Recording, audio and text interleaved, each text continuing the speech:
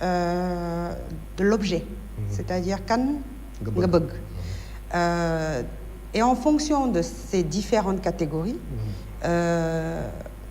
ni ngay bëggee nit ki, c'est aussi lié à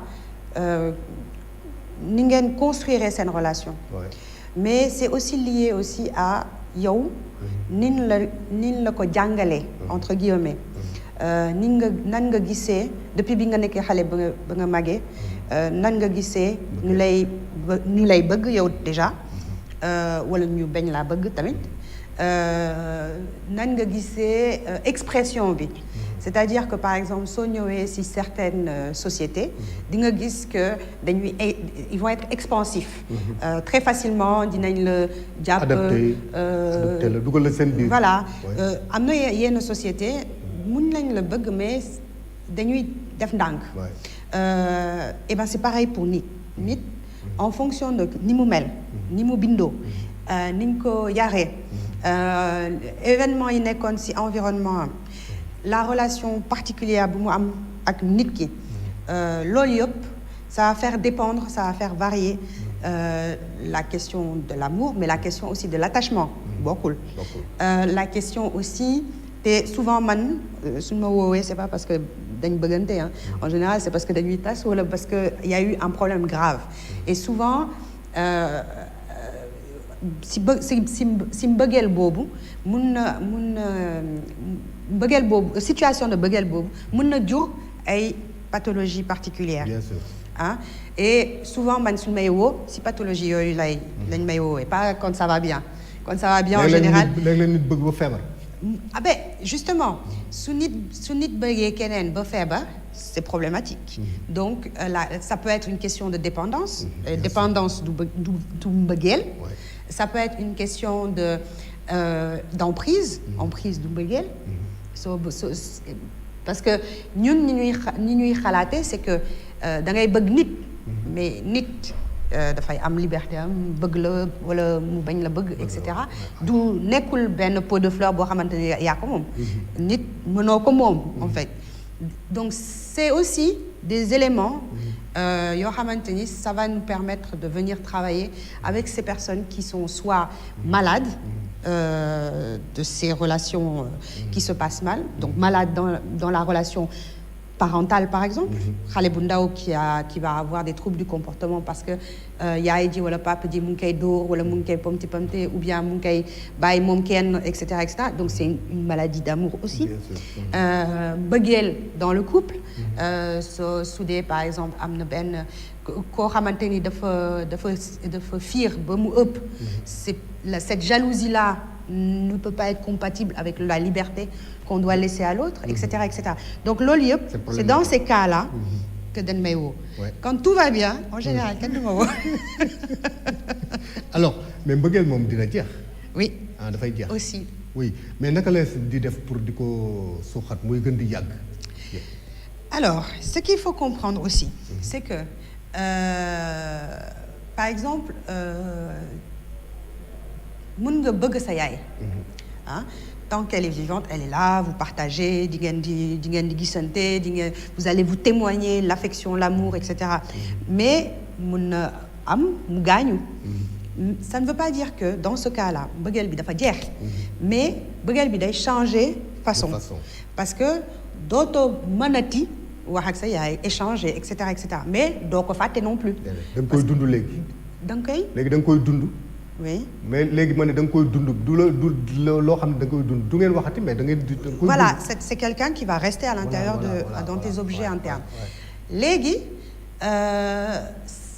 c'est pas que l'amour s'arrête, mais l'amour change de forme. Léegi dans une relation de couple par exemple, ñaari nit mun nañ bëggante. Et puis les choses, les années passent, les événements arrivent, et cetera. Et puis progressivement, voilà, on se rend compte que bëgg naa la mais bëggeel bi c'est pas dootul bëggeel buy ànd ak attirance, ànd ak toute la question érotique qui est dans le couple. bëgg naa la mën nañ continuer di nekk xarit, mais dootuñu mën a nekkati jëkkër ak jabar. Ça peut arriver aussi. C'est pas que ça change de forme, c'est que l'amour érotique n'existe plus, mais on peut avoir de la tendresse pour quelqu'un, on peut avoir de l'intérêt, de l'attention, etc.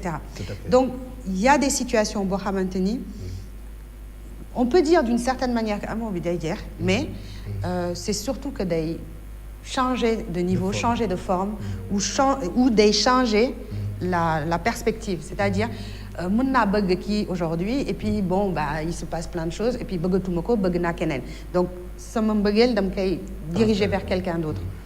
Donc toutes ces situations là ce sont des situations yoo xamante ni ça peut aussi conduire à des pathologies ou à l'éclosion de pathologies. Mën nañ am ay par exemple dépression. ah waaw bëgg nit te bëggula kay musiba naaru laay la. Oui mais il faut aussi nga nangu. nga nangu non koy nangu mais boo amul ku la dimbale. Non. La chose c'est que justement tout à l'heure dama la doon wax ça dépend comment les choses sont construites mais si on n'a pas construit chez toi l'idée que l'autre c'est un autre nit la keneen la du yow moom ni muy ressentir ni muy vivre l'intérêt qu'il peut apporter aux uns et aux autres bokkul ak sa bos ça tu peux avoir narcissiquement être blessé parce que bon personne n'aime ne pas ku sañoon ki nga bëgg la voilà ku sañoon ki la bëgg la mais il faut aussi nga nangu que c'est possible que ki nga bëggu la et c'est pas que daf la bañ non plus bañu la mais nobbu la et ça il faut nga ko koy nangul mais des fois am na ñoo xamante ni duñ ko nangul nit et ça peut amener ay comportements yu jéggi d'ailleurs notamment des fois li ñuy woowee tey féminicide mun na si am c'est-à-dire ku góor ki rey ku jigéen ki parce que nobbu ko tout comme mun nga bëgg nit absolument mun nga bëgg nit ba mu ëpp et si comment on dit le ëpp mën nga bëgg nit ba jéggi dayoo. ba xalaat ni yow kii yow rek yaa ko war a jëriñoo. voilà mais yow yaa ko moom. yaa ko moom c'est ce que je te disais tout à l'heure. da ngay foog ne yaa ko moom. et comme suy commencer di séparer wu. di deñ doo ko mën a bàyyi mu dem. et souvent dans ces situations alors je ne parle pas de crime passionnel parce qu'il n'y a pas ça n'existe pas le crime passionnel. Ah oui? Non, c'est un féminicide. Maanaam dañ lay rey parce que souvent d'ailleurs c'est les femmes qu'on tue dans ces situations-là plus que les hommes. On te tue parce que tu es une femme et parce que tu as voulu t'en aller. Mais souvent ces situations-là, elles vont arriver dans des contextes yoo xamante ni violence amoon na ci violence psychologique, violence économique, violence sexuelle d'ailleurs, violence physique, violence verbale, violence physique, etc. avant le passage à l'acte meurtrier. Donc je ne peux pas dire que c'est un crime passionnel. Tout à fait. C'est un meurtre. Oui, il y a des signes qui avaient il y a des signes qui étaient là et on les a pas vus ou bien ce qu'on fait souvent au Sénégal, malheureusement, c'est non da ngay dellu si sa sëy. Mais des fois les gens qui font retourner ces femmes-là dans leur sëy les mettent en danger en fait parce que mun na jur. dellul ci sëy bi daal dafa nekk loo xam dañ ko war a pare dañ ko war a préparer waxtaane ko. Oui et puis dañ ko war a déjà on doit. Alors ñun si suñu aada amoon na époque yoo xamante ni les couples n'étaient pas seuls dañ leen di doon accompagner toute leur vie s'il y a tel ou tel souci dañ si savoir et puis on va essayer de régler les problèmes assez rapidement.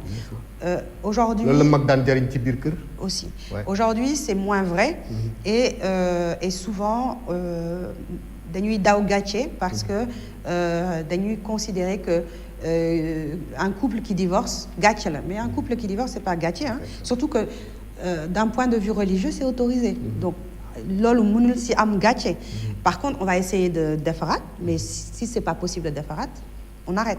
oui mbëggeel indi àndandoo mën a aboutir ci sëy bi ngay wax nii. oui ñu nemmeeku couple yu bëri di am ay jafe-jafe quelles sont les causes yan conséquences ñoo mën a am ci yooyu les diggante di yàqu.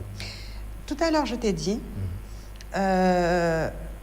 mbëggeel ça dépend niñ la yaree ni nga màggee niñ la wanee ni que tu dois respecter la personne tu dois admettre que beneen nit keneen la du yow et cetera loolu yëpp ça permet déjà dans la structuration de l'individu lui-même d'admettre loo xamante ni du ko permettre muy passer à l'acte c'est-à-dire on lui a suffisamment fait comprendre la limite et la différence entre lui et l'autre pour que mu mën ko nangu am na ñoo xamante ne nag ñoom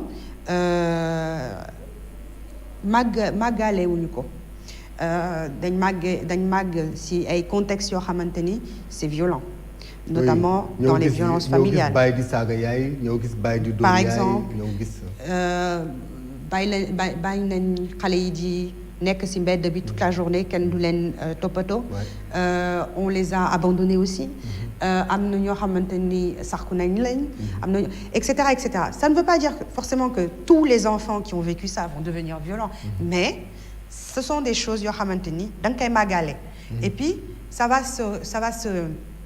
va s'organiser bi ngay nekk mag et ça va se cristalliser c'est-à-dire que noonu ngay fonctionner au quotidien donc koo xamante ni daf la bëgg bëggeelam day mel ni da nga ko moom et dans ce cas-là le passage à l'acte est plus rapide c'est-à-dire que du nangu nga échappé ko parce que moom li muy vivre li muy ressentir c'est une souffrance boo xamante ni da koy dellu bi mu nekkee xale bien sûr. Et c'est ça qui va le faire passer à l'acte. C'est ça qui va le faire basculer dans une violence. Mais c'est pas parce que tu as souffert, que ton enfance a été compliquée, que ton adolescence a été compliquée, que da nga am droit